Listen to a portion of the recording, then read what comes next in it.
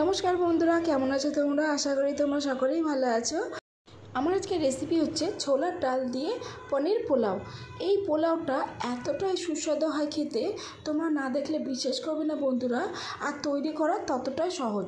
তাহলে চলো আর দেরি না করে তৈরি করে ফেলি। এখানে দেখো আমি 1 কাপ থেকে একটু কম ছোলার ডাল নিয়েছি। ছোলার ডালটা খুব ভালো করে ধুয়ে সেদ্ধ করে নেব। ছোলার ডালটা ভিজিয়ে রাখলেও হবে, কিন্তু আমি সেদ্ধ করেই দেব। সেদ্ধ করে না দিলে খেতে ভালো লাগে না। ছোলার ডালটা সেদ্ধ করতে দিচ্ছি, ততক্ষণে এদিকে আমি চালটা ভিজিয়ে রাখবো। এখানে আমি বাসমতি রাইস নিয়েছি 2 কাপ মতো। 2 কাপ রাইস আমি ভিজিয়ে রেখে দিচ্ছি। চালটা খুব ভালোভাবে ধুয়ে নিচ্ছি, আর খুব হালকা হাতে ধুতে হবে, চালটা যেন ভেঙে না যায়। চালটা ধুয়ে পরিষ্কার করে নিয়েছি, চালটা ভিজুক। এদিকে আমি পেঁয়াজ বেরেস্তা করে নিই। কড়াইয়ে দিচ্ছি পরিমাণ মতো তেল। একটা বড় সাইজের পেঁয়াজ কুচি করে নিয়েছি, সেই পেঁয়াজটা খুব ভালোভাবে ভেজে নিচ্ছি। পেঁয়াজটা খুব লাল করব না, হালকা করে ভেজে নেব।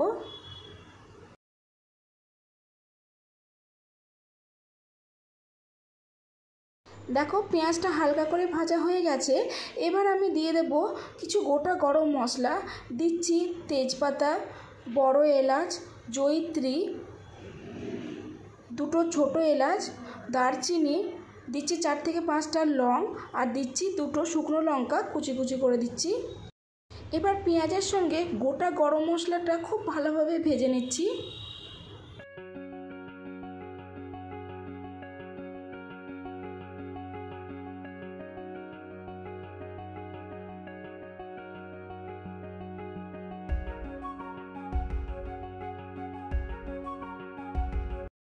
দেখো পেঁয়াজটা ভাজা হয়ে গেছে।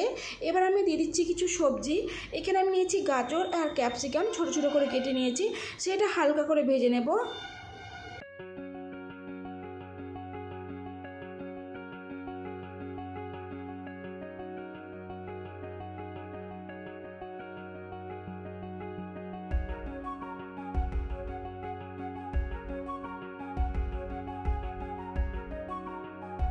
গাজর আর ক্যাপসিকাম হালকা করে ভাজা হয়ে গেছে।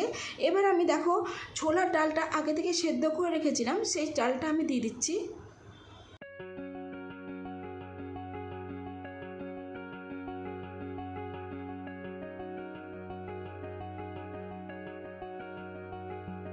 পোলাওটা করতে খুব বেশি মশলা লাগে না।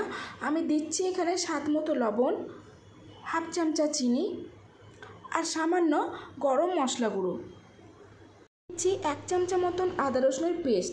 এবার সব মশলাগুলোর সঙ্গে ছোলার ডালটা খুব ভালোভাবে ভেজে নিচ্ছি।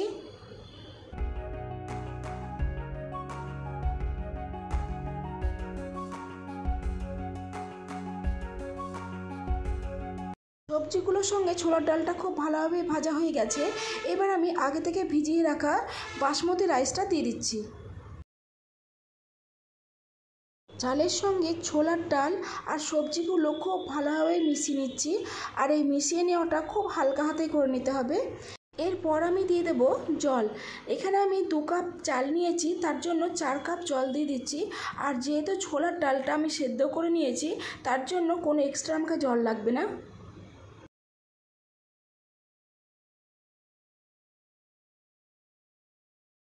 এখানে আমি 10 টাকা দামের 1 প্যাকেট গুঁড়ো দুধ নিয়েছি, সেটা দিয়ে দিচ্ছি।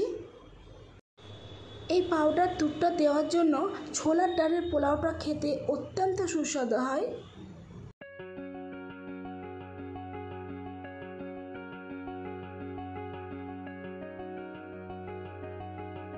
ঢাকা দিয়ে মিডিয়াম ফ্লেমে 10 মিনিট মতো রেখে দেব।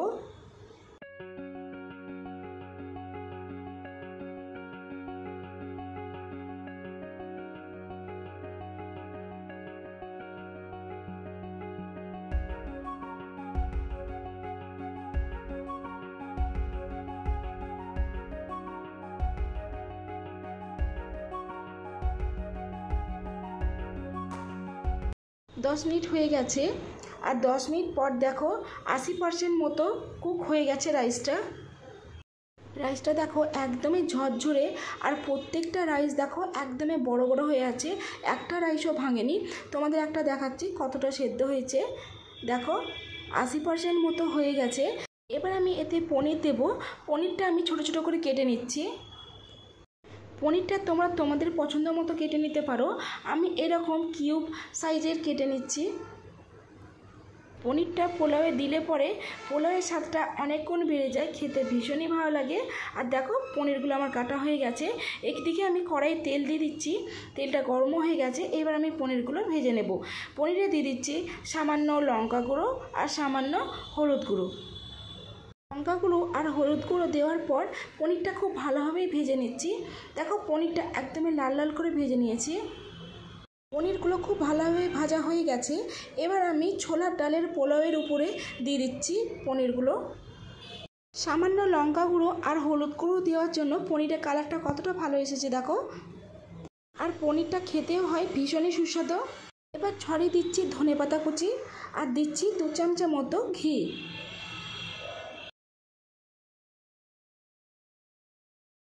গ্যাসের ফ্লেমটা অফ করে দিয়েছি। ঢাকা দিয়ে 5 মিনিট মতো রেস্টে রেখে দিচ্ছি।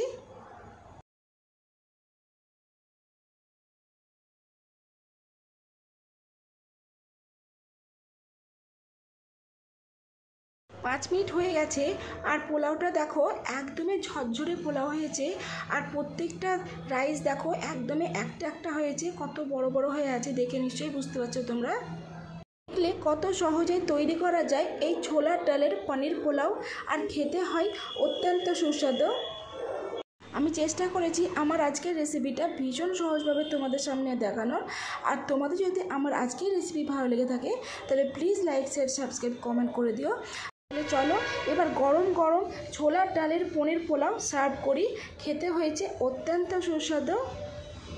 পোলাওটা কতটা ঝরঝরে হয়েছে তোমরা নিশ্চয়ই দেখে বুঝতে পারছো।